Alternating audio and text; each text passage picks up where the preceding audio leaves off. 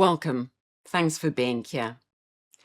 I bought the hype twice, and I've spent years telling anyone who would stand still long enough that Amouage died in 2019, and then I bought its best-selling committee perfume because it was cheaper on a discount site, and a few months later, entirely sober and completely unsupervised, I went back to the same discount site and bought the stronger one. I mourn the man. I fund the estate.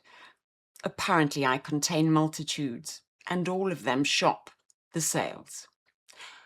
This is the story of how the best perfume house in the world replaced its genius with a committee, and the committee won. And I cannot decide whether to be furious or grateful, so we're going to have to smell the evidence. All of it. So here is the question I can't get out from under.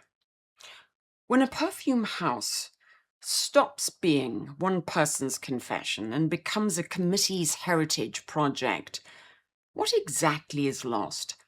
Because something is lost. I can smell that it's lost. And the market, which is supposed to punish loss, has instead thrown a parade. More than 24 bottles of Amouage live in my house. It is the deepest single shelf in my collection. It is deeper than my Guerlains, which my Guerlains have never forgiven, and roughly half were composed under a man named Christopher Chong, the other half under a man named Renaud Samon. And the argument between those two halves is the most interesting argument in perfume right now. So we're going to have it properly, with wrists. In 2007, an Armani perfume house celebrating its 25th birthday hired a creative director who had never made a perfume. Christopher Chong was a classically trained operatic baritone, not a marketer who liked opera, a singer. The board of a luxury house looked at a man whose qualification was Puccini and said, "Yes, him. Give him the keys." And then, by his own account, they gave him something almost extinct in this industry. No set budget. No marketing department standing behind him making faces. Complete freedom. Every creative director claims that freedom, but with Chong, you can smell it was real, because no committee on earth would have approved what he did next. And what Chong did next was Jubilation. 2 bottles, a men's and a woman's, his debut. The men's, Jubilation 25 by Bertrand Duchaufour, is where the house signature got formalized. Silver frankincense, ambergris, myrrh. One fragrance writer christened that accord the Amouage, on the model of the Guerlain, naming the chord after the composer who kept reaching for it.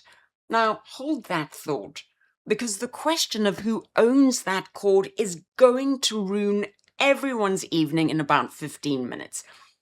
The one I own and the one I wear is the woman's. Jubilation 25 by Lucas Suzak.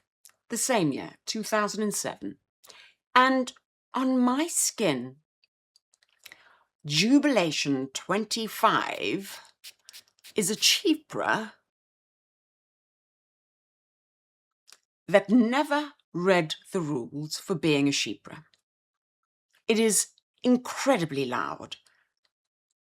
It opens on spiced fruit, and then almost immediately, the civet starts to purr, and by the dry down, it is frankly growling, and the whole thing stands on a dark, slightly dank floor of oak moss. It is a perfume for incredibly glamorous chic events, I have yet to be invited to one. So I have worn it twice, I have to admit, both times to walk the dogs to the lamppost. Operatic sillage deployed at a streetlight, and you can smell me coming down the road on both of those grand occasions, and on neither of them did a single soul ask me what it was. Remember this fact. It matters in 20 minutes. That is one page of Chong's diary.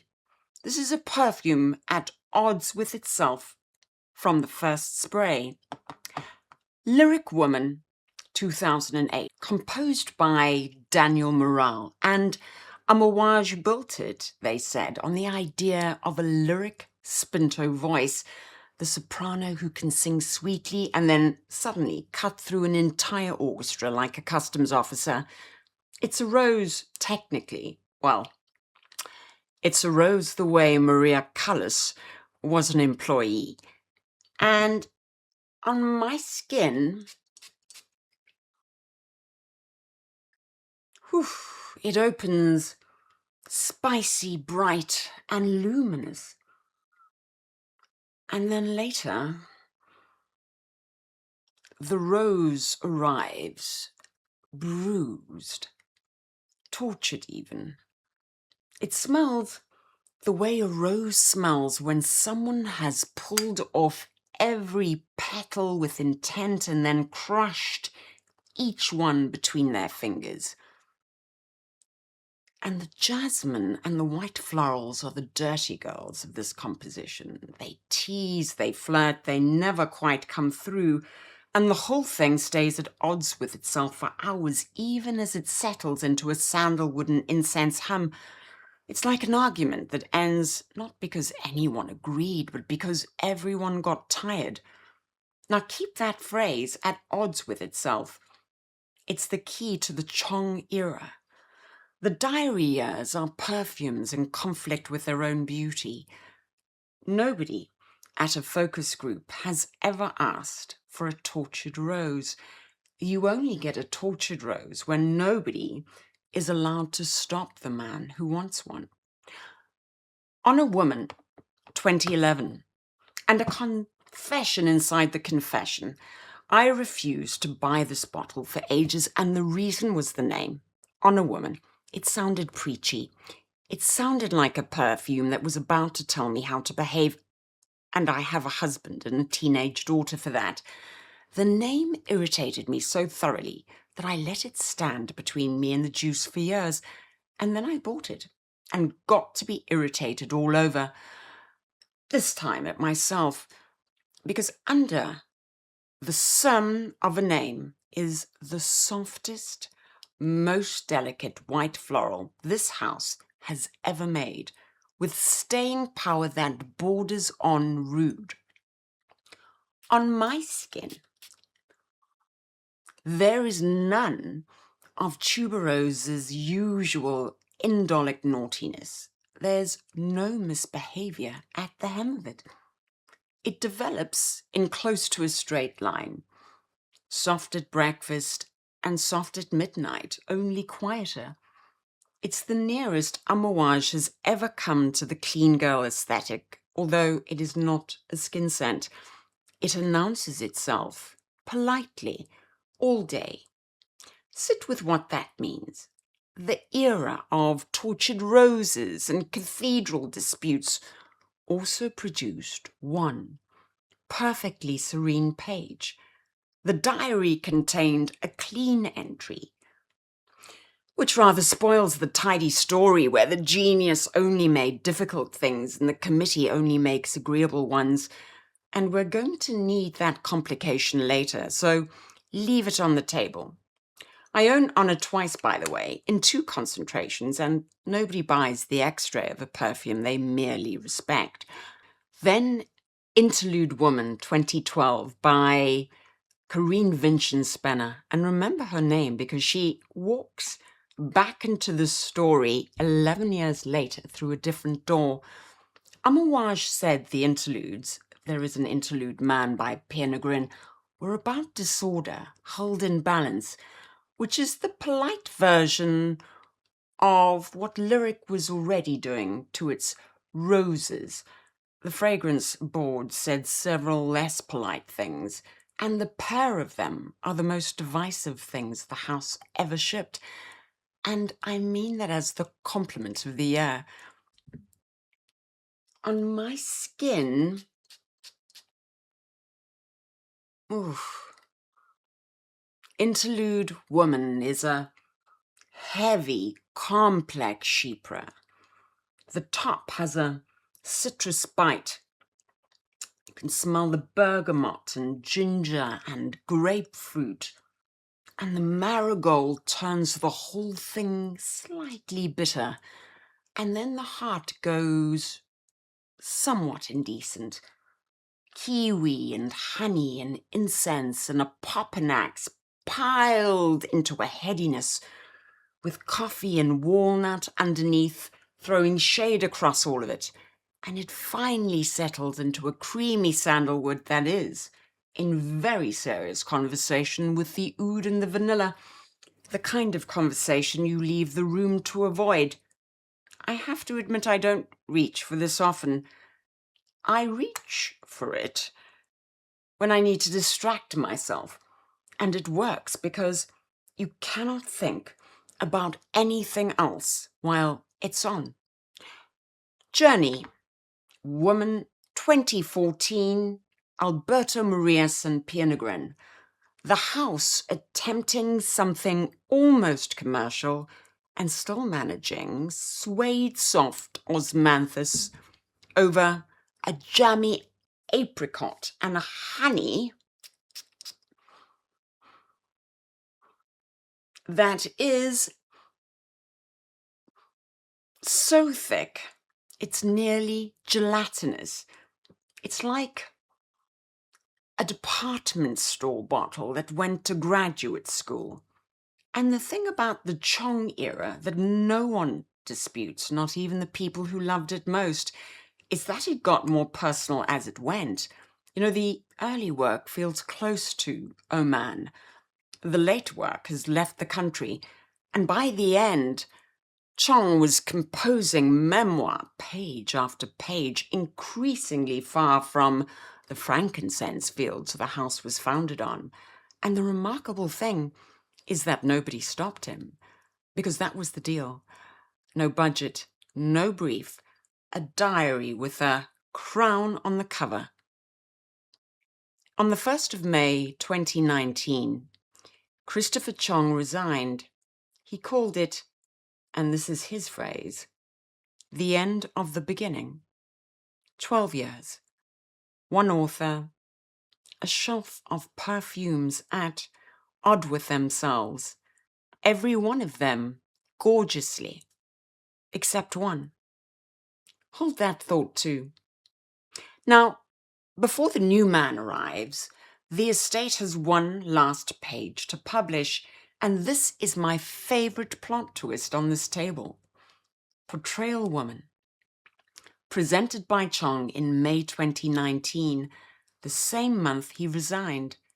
It's composed by Nick Minardo and Pianogren. The author commissioned it, and the estate published it.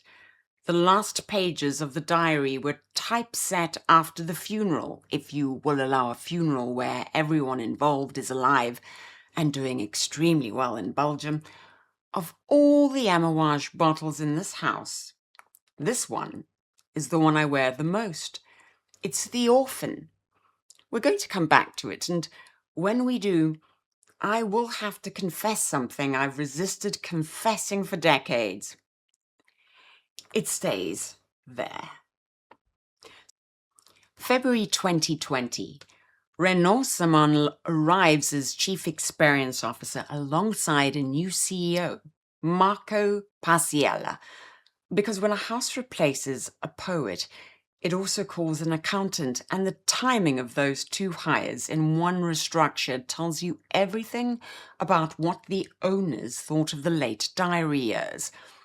Simon's CV, Delvaux, Louis Vuitton, then a decade running other designers' fragrances at the conglomerates. He's not a perfumer. He's a man who knew exactly what perfume sells for. The opposite hire of Chong in every respect but one. Chong was an outsider to perfume entirely. Samon was an insider to the business of it and an outsider only to the bench. And Samon said in nearly so many words, "The autobiography ends now." He said the late Chong work had drifted from Oman, which was true, and that the house would go home, which sounded beautiful. And you should always check your wallet when a corporation says it's going home. His method was the radical part. No new single author. Instead, a thing called the creative collective. Rotating perfumers, photographers, designers, nobody answering a traditional brief, no one voice on top. Set the artist free, he said, which sounds like liberation, and if you tilt your head, sounds like nobody is responsible. Autumn 2020, the first proof arrives, the Renaissance collection. 4 bottles. I own 3 of them, which tells you how the boycott went. Crimson Rocks is Domatie Michelin Berthier, and it's a spiced honey rose over cedar, cinnamon, pink pepper. It's almost a chai, and it's named for the rock rose of the Hager Mountains. Sure, Mackenzie Riley is a salty solar jasmine. It's kind of like the bright, edgy sister of honor. And Meander Riley again is a creamy sandalwood built around a fresh green carrot note that everyone falls in love with and no one can keep because it fades by lunchtime. So all 3 of them are gorgeous in the way that a boutique hotel is gorgeous, which is a real kind of gorgeous. And notice that I said something kind and suspicious in the same sentence. It took me 2 years of wearing the new bottles to find the word they have in common. They're hospitable. They want you comfortable. They are never, not once, at odds with themselves. And here's the detail that should have warned me earliest. The loudest thing the internet says about Crimson Rocks is that there's no frankincense in it at all. A house built on incense made a perfume with none, and it sold. The Chong bottles never cared whether you were comfortable. The diary does not ask how the reader is feeling. The brochure asks about nothing else. And then, 2023, the committee did the thing that committees are never supposed to be able to do. It produced a monster. Guidance. Quentin Biche, the perfumer. And here's the part nobody who sold it will tell you. It opens badly. Let me spray it on skin.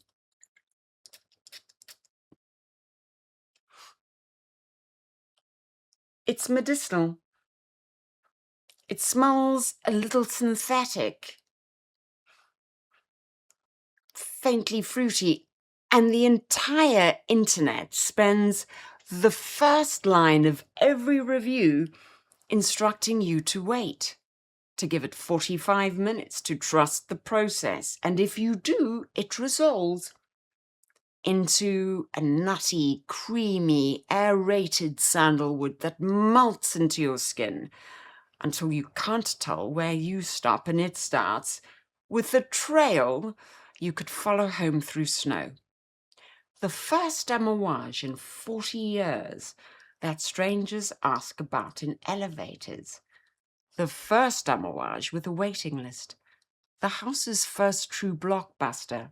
in the Santal 33 sense of the word, the bottle that escapes the hobby and gets civilians.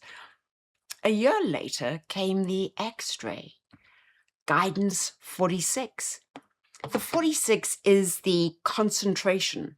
It's roughly 46% perfume oil, and most things calling themselves X-ray hover at around 30.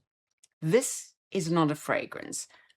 This is a foghorn that went to finishing school, and by Renaud Salmon's own account, in the interview he gave at his 5-year mark, these two bottles now account for about a quarter of everything Amouage sells.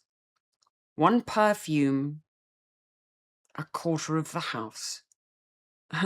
The diary never came close.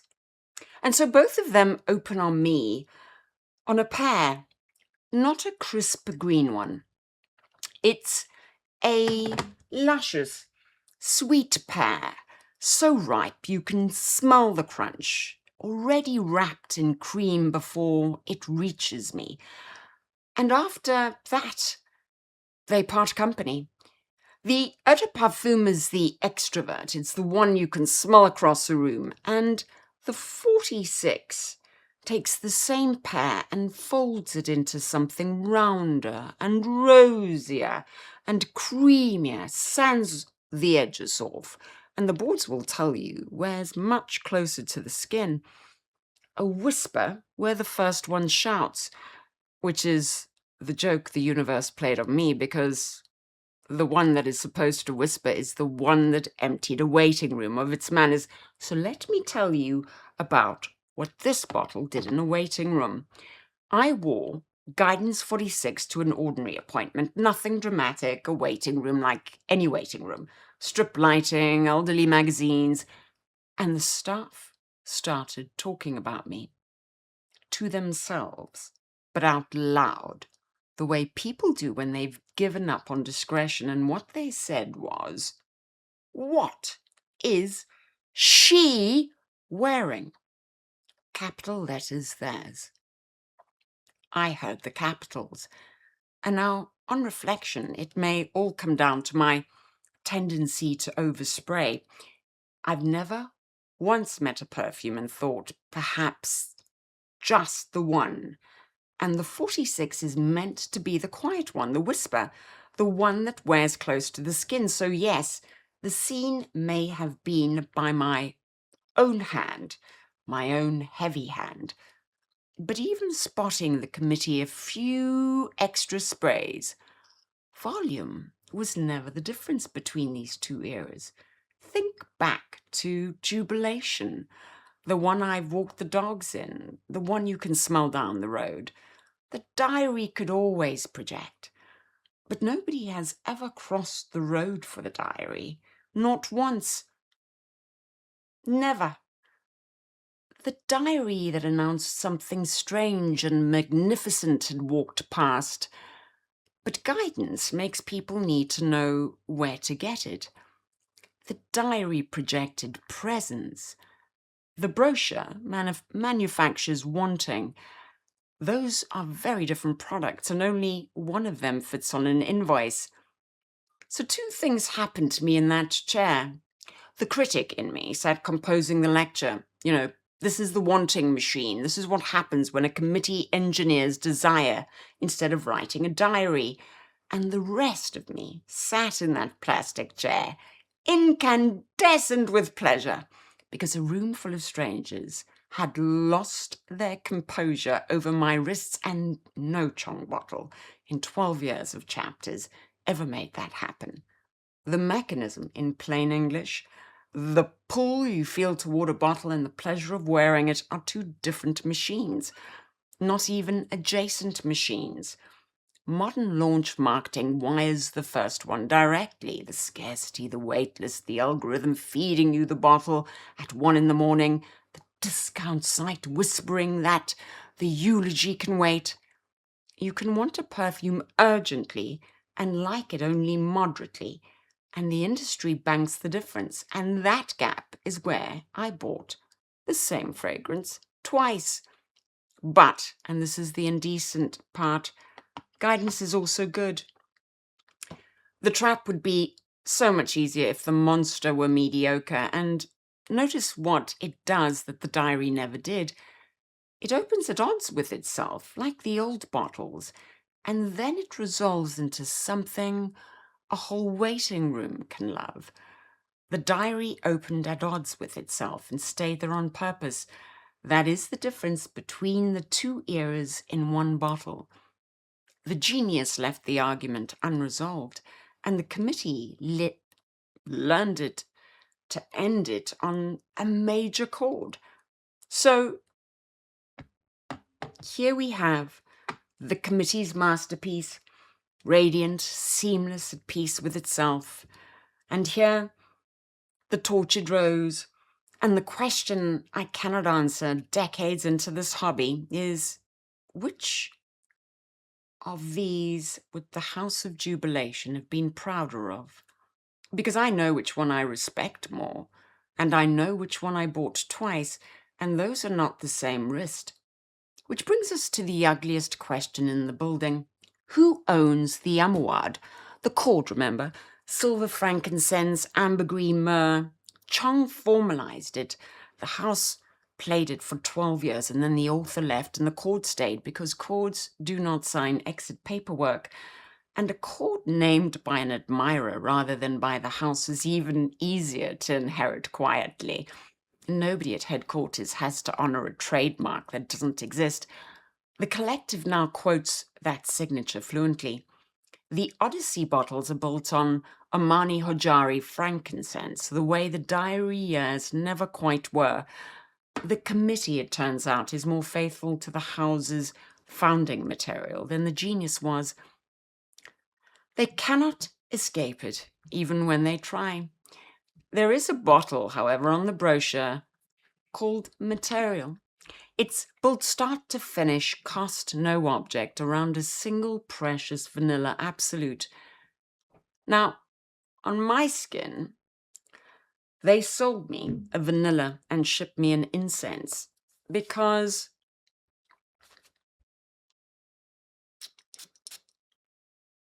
it's a smoky, leathered, resinous thing with the vanilla buried so deep you need a search party.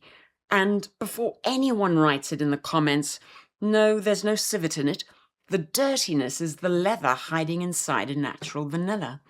The committee set out to make a vanilla, and the house reached up through the floor and turned it into a frankincense. Call that devotion or call it possession. I genuinely cannot tell which, and I've worn it for years, trying. And a thing that widows know, and brands have learned to bank, the handwriting outlives the hand. The author walks out and everyone left in the house keeps writing in his slant, and after a while nobody can tell you whether that is tribute or forgery, including the accountants who've never needed to know. And the dirty secret is that a perfume was never finished in the bottle anyway. It gets finished on your skin, my skin, in a bedroom, a taxi, at the wrong funeral. The reader is always half the author. The committee has simply stopped pretending otherwise. But something does go missing, and you know it even if you cannot name it. Make the unrepeatable thing repeatable, beautifully, at scale, and the quality survives. You know, every gas chromatograph will swear to it, and yet the presence goes, the thing that made the room go quiet. The market doesn't mourn it because the market was never in the room. That is not the market failing, that is the market working. Fine, feelings are cheap. Wrists are evidence. So on my left wrist, Opus 12, Rose Incense, Bruno Jovanovic, 2019. It's one of the last things commissioned under Chong. It's a crimson damask rose that the incense lifts up and then steps back from, and the myrrh goes loud, rather blatant in the dry down. And the bottle is named for ink, and I will tell you, having worn it for years, that I've never once smelled ink in it. The name is a poem. The perfume doesn't keep. It's a perfume that assumes you've read the previous 11 books.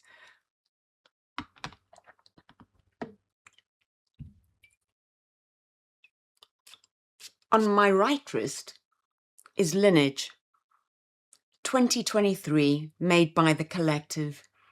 It's a cool, salted, mineral incense, frankincense, over a sea-washed patchouli.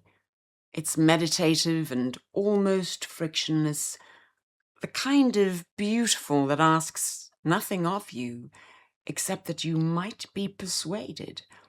The community calls it underrated. I call it the most honest thing the committee has made, because it is the one that admits it wants to be liked. And now the detail that makes this episode worth your half hour. Both regimes employed the same woman. Karine Vincent-Spenner composed Interlude Woman for Chong in 2012. The misbehaved Chypre, one of the most divisive bottles on this table, and Karine Vincent-Spenner composed Lineage for the Collective in 2023, the cool, salted incense that wants only to be liked. Same nose, same extraordinary talent, 11 years apart, under two theories of what a perfume house is for. So when I smell what's changed between these two bottles, I'm not smelling a perfumer's evolution. I'm smelling the pen changing hands above her, which means the author was never only the perfumer, and the committee was never only a committee. Somebody is still writing. They've just stopped signing. And that, friends, is the moment the eulogy I opened with starts to wobble. Because if the writing never stopped, what exactly did I bury in 2019? Here, I am supposed to deliver the verdict. The format demands it. Genius good, committee bad. Smash that, subscribe. No. Look at the trays I've shared with you. The author's freedom gave us the tortured rose, the cathedral dispute, and it also gave us a house drifting so far from its own ground that the corporation panicked and hired Belgium. The committee's discipline gave us guidance, and it also gave us $400, $500 bottles so hospitable they could wear another house's label and nobody would call security. And before anyone in the comments builds the barricade, the diary wrote, Honor, the serenest white floral I own, and the brochure has yet to produce anything as quietly perfect, so even the counterexamples refused to pick a side. The blank check was Chong's instrument and his isolation. The collective is someone's orchestra and his alibi. It's the same arrangement in a different hand. It's a cage or a weapon, and the hand is the whole story, and anyone selling you a cleaner verdict is selling you a brochure of their own. Although I will show you where my fairness nearly failed. In 2024, the committee released a tier called The Essences, 30% oils, 6 months aged in oak barrels, priced like a holiday. Mine is called Reasons. It opens on bright pine. Let me see where I can smell this. My goodness, I might have to do it here. Christmas in the spice shop, and within the hour, the air goes out of it into a soft, woody musk I have to hunt for on my own wrist, and everything the barrel promised, the warmth, the smoke, the patina of time, is the one thing missing. And when I placed what it was built from, I couldn't unsmell it. It's the top of Lineage, the dry down of Jubilation, a fruit note lifted from guidance. They aged a greatest hits compilation in oak and sold it back to me as heritage. The name is Reasons. The perfume doesn't give you one. That is the bottle that tempts me, this bottle, toward a verdict. And I'm still not going to hand you one, because the same house in the same years made guidance, and a critic who convicts on her worst evidence is no better than a brand that sells on its best. Which leaves the orphan, and the confession I promised. Portrayal Woman, commissioned by Chong, published by The Estate. 2 perfumers, a Nick Minardo and Pierre Negrin. 1 bottle. Presented the month Chong resigned. It belongs to Chong by birth and to Salmon by the calendar, and it has never sat comfortably on either tray. I have resisted the idea of a signature scent for decades on principle, really the way one resists monogrammed towels. But if I had one, it would be this. The jasmine is, and where am I going to spray? My goodness. All right, where? Here. It's lovely. The jasmine is indolic, the way only honest jasmine is, faintly indecent, slightly horizontal, and underneath it tobacco hums like a man rolling a cigarette he doesn't intend to light. And I sprayed it once at 7 in the morning, and it was still trailing across the supermarket carport or car park at 9 that night, like a small private weather system. The sillage is theatrical, the longevity biblical. And notice what the orphan is doing. It has the diary's indecency and the brochure's projection. It performs like the blockbuster and confesses like the author. And on my skin, honor declines every indole and portrayal accepts all of them. So apparently my skin is no editorial policy either. The bottle that will not pick a side is the one I wear more than any other Amouage in this house, which is either a coincidence or the entire point. And so here is the question I'm leaving with you, because after 26 minutes, I don't want to answer it alone. Is this my most worn bottle because it is the best of both perfumers? The author's last commission finished by professionals, loved by a critic who can't pick a side? I'm not going to answer it. I am going to wear the orphan and let it stay unanswered, which is the most honest thing a critic owns. So tell me, which tray do you live on? The diary or the brochure?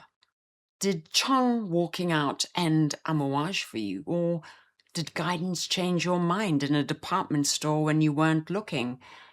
And the real one, which is the bottle you wear most, and which kind of house made it, the genius or the committee?